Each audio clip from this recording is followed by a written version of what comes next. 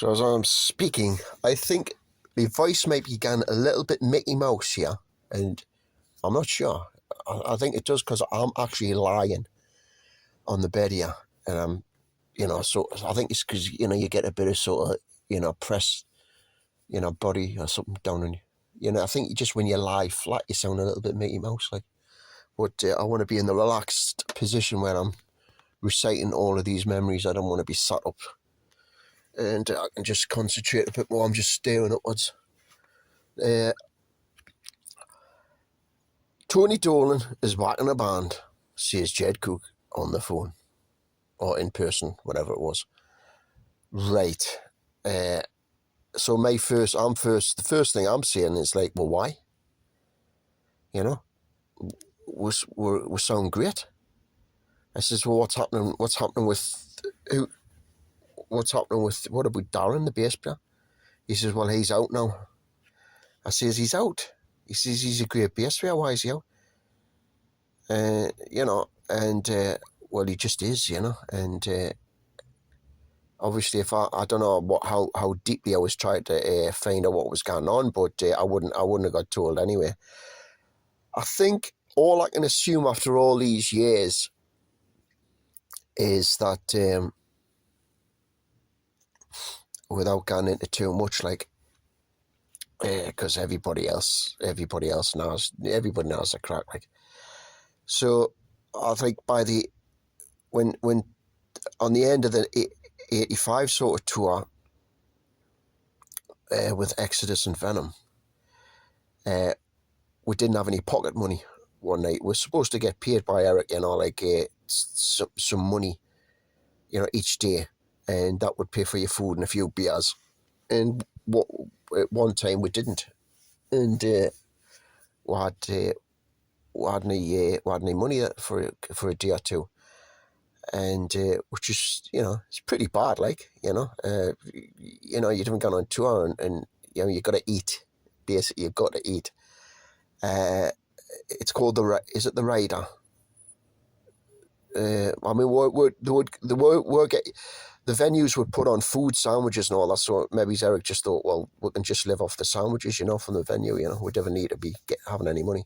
But this particularly railed up Tony Dolan, because, at the end of the day, I mean, Tony Dolan is, Jed and Eric and Abaddon, they're all that sort of 20s, early 20s, they're all the sort of same age group, whereas we've been that lot bit younger. It's like, it's like, it's like the big lads in the sixth form, innit? It's like a different world up there, And, I mean, I'm not putting myself down like as if I'm just some daft kid walking about, but I mean, I just wouldn't be told about a lot of stuff, well, he doesn't need to know, does he? He doesn't need to know. Or he doesn't need any money. He's only going to go and get fucking pissed up against a wall.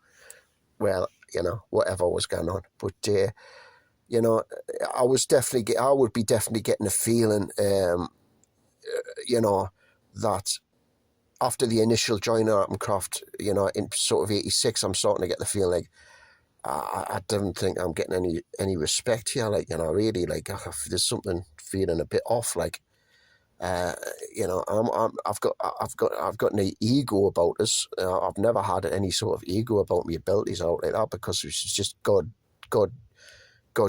godly gift, I mean, when you get these gifts, you don't really take it as an ego thing, because it just came easy to you, like music came easy to us, so but I just felt like I'm writing songs and that, and well, I'm sort of querying down if I'm where the money is, like, is there any money? Am I getting any money out of, like, this is the second album, is any money coming in? Am I getting any money whatsoever?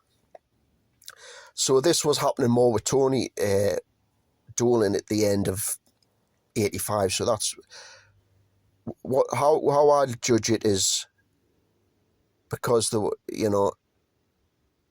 I think Tony Dolan's always had the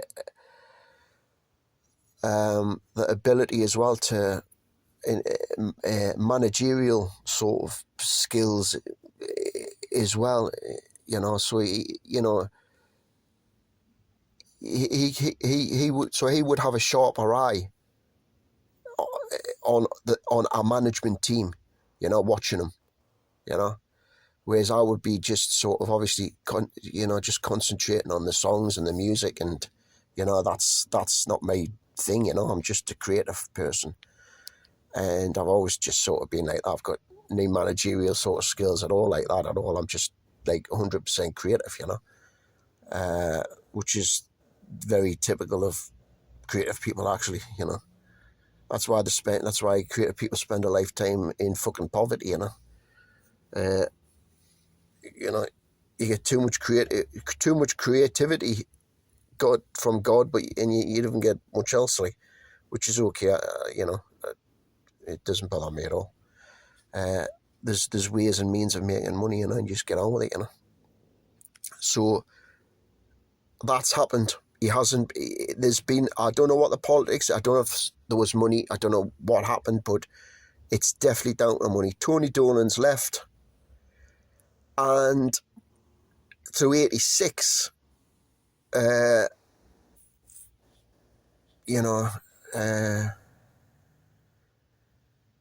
mean, there's a couple of occasions where Tony Dolan. I did bump into Tony Dolan in Newcastle, and he was being a bit of a clever shite, like, and in the Mayfair as well once. Well, because that's his nature, kind of bullying, intimidating. That was his nature, Of course, he's probably a lovely person now. So, in the nature of him, he's not going to take any bullshit either from anybody, So, money wasn't coming in. He's left the band. So I think behind the scenes, he's maybe threatened. It's his band. He came up with a name, and or he's just getting on the right side of everybody. He's had a second thoughts, and he's thought, I'm gonna go back and get back in with him, because when Jay Gans, Tony's back in the band, and I was disappointed by that because I thought the band was doing fine musically without him. I just did not have a clue why we weren't doing gigs and what the hell was going on. Compared to 1985, 86 was a fucking disaster, really. And I would hand that to Tony Dolan, that he gets stuff done. And I don't know if it's his managerial sort of thing, his ability. Certainly, that sort of obsession with wanting to be a famous guy, a famous person. So you'd be wanting to make friends with everybody, putting on a good face to everybody, self-promotion, and all this sort of, nice sort of stuff to climb up the greasy pole of fame and fortune. Well, all of those aren't necessarily a negative if you're in a band with somebody like that, because if they want to get to the top, it's going to pull you up as well, because you're sort of, if you're like focused just on the music, man, that's gonna, you've got to have people, whether it's a manager or somebody in a band who is prepared to sort of, be more organisational, So that was probably where the bit of the to and fro, the pulling to and fro is coming from between the Cook camp of managerial team and Tony Dolan. So Tony Dolan's back in a band. Right, well, okay then, let's get on with it, Straight away at the rehearsals, I noticed straight away, and I didn't really click on at the time. Although I did notice, but it didn't click on why. Tony's got a brand new bass guitar. He's got a brand new amp and speaker. And he's always got a shitload of cigarettes on him. So they've obviously pulled a deal, where, and because that's what I've just remembered there as well. Tony Dolan, when he left, or when he bumped into us or something in Newcastle or something, I can remember him saying, come to London with me, you know, we need to go to London, and I didn't go to London. I says, no, I'm staying up here, you know. It's Atomkraft, man. This was before he announced he was going to leave. I think he might have been serious. However, we'll go down to London and we'll continue with Atomkraft down there. And for me, it seemed just ridiculous, you know. And I didn't. So I don't think he ever forgive us for that, like, you know. That I didn't drop everything and just fucking head down to London just to seek fame and fortune. So when he was back in a band, he was definitely... he was isolated, really, is what he was like. But he would try his best to make sure he wasn't with everybody, you know, each time. You know, he was always all over somebody like a rash, you know, the best mate for a couple of months, and then he'd be on to somebody else. But that was just his nature. That's just the way he is, isn't it? But for all his problems, Tony Dolan, because like I say, I've always said I found it to be a fucking nightmare. But for all these problems, you know, he couldn't have been that bad because I was in a band with him for all those years, you know.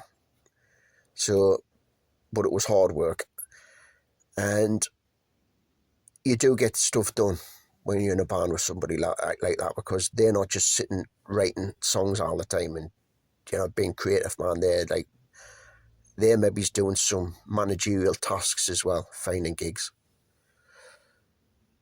and promotion. So he's back in a band, he's got a new bass, new amp and all that, and we're rehearsing in this rehearsal space in Newcastle. And, you know, that's the thing I always remember with Atomkraft, like, right? From the start to the end, it all sounded massive. Like, as soon as we're all plugged in and started, the fucking sound was massive. Like, that's a really good sign of any sort of, that's a sign of professional sort of standard musicians, like, you know, when it's, or the chemistry as well, it's just instantly big as soon as you start, you know. So that again was there. And we started writing and recording new songs for what was going to be, in that year, 1987, it was going to be an album come out called Conductors of Noise. So Conductors of Noise was to be the album, and there was to be a tour. Now, Tony Dolan back in a band, it was like switching a light back on. So now there was like, it was like somebody had like injected like a lightning bolt into Eric Cook, and now he's doing his job. You know, now there's tours happening again and festival dues, and we've done like Eindhoven Festival. You know, Testament were playing that on that show as well. Striper, there was about 20 odd bands. We were up there, and you know, there's 20,000 people, and big. Was it any sunny? No, it wasn't sunny, was it? But that was funny, that show. That was the show that I got rid of me gas mask. I had a gas mask that I had for part of the stage gear, and I'd put in it studs, you know, stud a gas mask, you know, it's Mad Max in it. And on that show, I was just getting sick of this thing clanking around on me, sort of around my waist, you know. So I thought, I'm just going to throw this, like. So we finished the song, and I pulled the gas mask off. And of course, it's elasticated that goes around your head. So I thought, I'm going to throw it in the crowd. So I started spinning it round and round, right? And I let it go, and it catapulted off. Well, I thought it would just go like about 5 rows into the crowd, and they would jump up and grab it, you know. But it actually just went and went and went and went until I couldn't see it. It just kept on going. So I always have this sort of funny image of like, you know, a couple of Germans, a couple of Dutch you know, at the sort of burger bar right at the back, and all of a sudden one of them gets clouted on the side of the head with this fucking studded gas mask, you know, because it just went and went like. Well, that's what happened to the gas mask.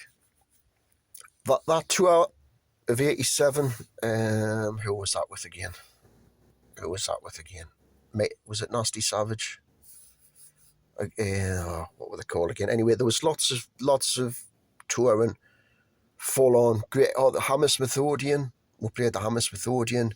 That was filmed by the BBC crew. That was the video all came out of that. It was all happening. I mean, it was happening. There's more happened that year than they did in the 1985. You know, and I'm thinking, well, you know, Tony Dolan's back in a band, but fucking hell, there's stuff happening, like. So I don't know what all that was about. Was Tony doing more managerial stuff than Eric? You know, I literally don't know. You know, was the sort of, what was the thing about in 1986? Well, I don't know. I'm just guessing, you know. I would just be guessing. But anyway, 87 was full on. And, you know, there's ups and downs, fights and crying sessions and, you know, drunken stupors and, you know, fucking intimidations and fun and love and humour and, you know, party times. It all happened. It was all happening in 87. And, you know, I think I'd probably put 1987 as a bigger sort of rock star year than 85, really. It's just a shame about 86.